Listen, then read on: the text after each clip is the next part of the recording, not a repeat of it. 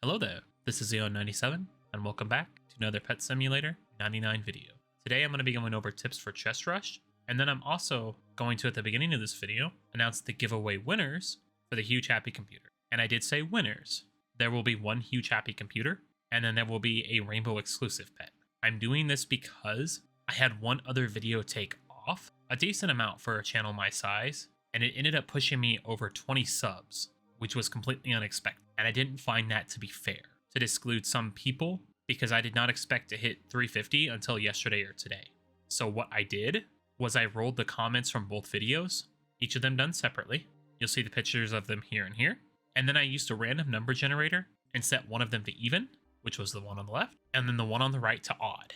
If the number rolled even, then the comment on the left would get the Huge Happy Computer, and the comment on the right would get the Rainbow exclusive, and vice versa. I thought this to be the only way to do this fairly, just because there were so many comments between both videos, and I wasn't able to do it yesterday. It felt fairer to do that because I've mentioned the giveaway on both videos. I do think from now on, I'm going to start doing one giveaway for an exclusive at the end of every Pet Simulator video, just to get back to the community a little bit more.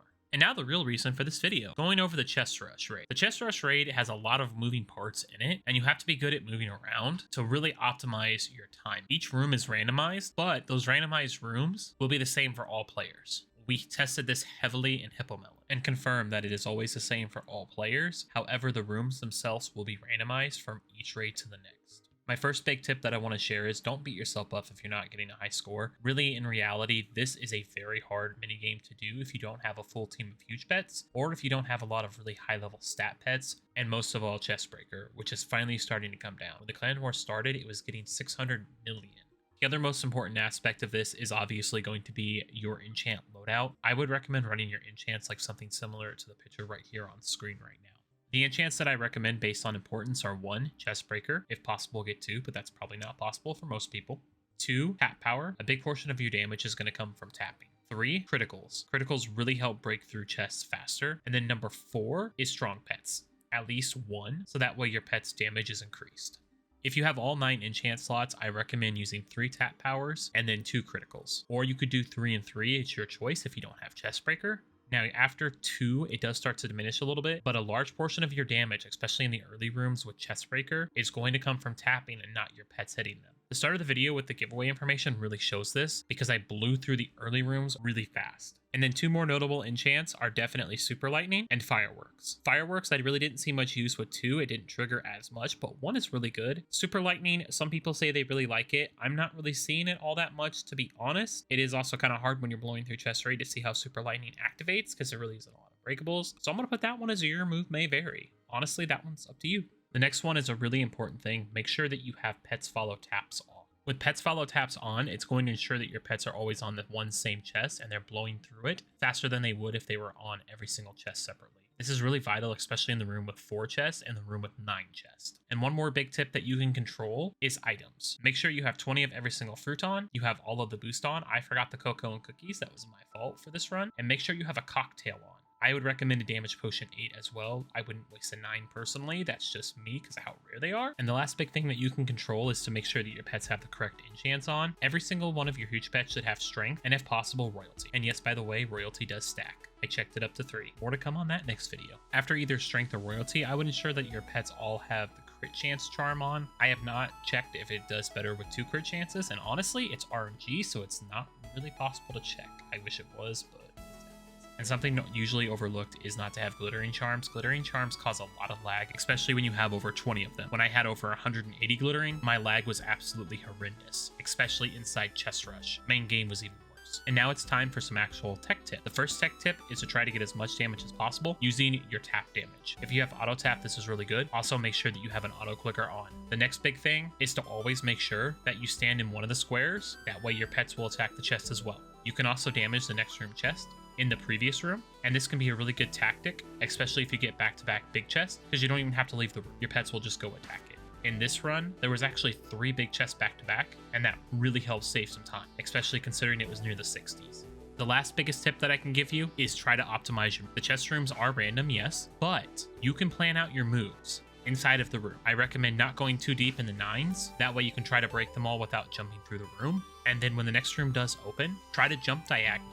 Diagonal movement on the hoverboard is faster than straight when jumping. This will give you just a boost. And while it might only save a second or two, over the course of 60 rooms, or even 70 rooms, that adds up heavily. And again, don't beat yourself up too much. This is something that requires you to have a really good team, and it also requires really good enchants and really good charms on your pets. Royalty is absolutely amazing. It takes a lot of time to build a team like that to be able to blow through these chests. And honestly, Chestbreaker is a really high level of entry to score above 60 and 70. I was scoring 55 on average, and then as soon as I got Chestbreaker, I started scoring 70. I haven't had a run below 70 since I picked up Chestbreaker. I'm going to go ahead and let this play out the rest of the way at normal speed compared to speeding it up, because I know that some people like to see it in real time so they can see how I move in between rooms so that they can try to also do that. That's it for most of the tips. This just comes down to a lot of practice and getting good at hoverboard jump. And then of course, RNG, because the rooms are randomized before the raid starts for everyone.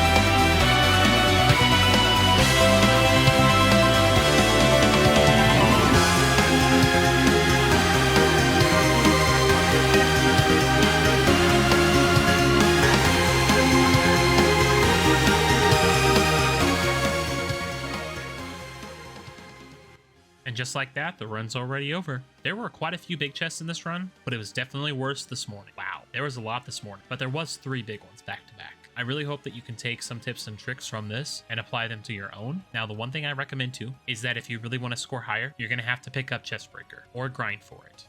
Either way will work. The other big thing with Chestbreaker is, remember, it will plummet after this raid battle. A lot. So if you're going to spend 70, 80 million gems, do not expect to get that back at the end. It will probably jump down to 30 million or so.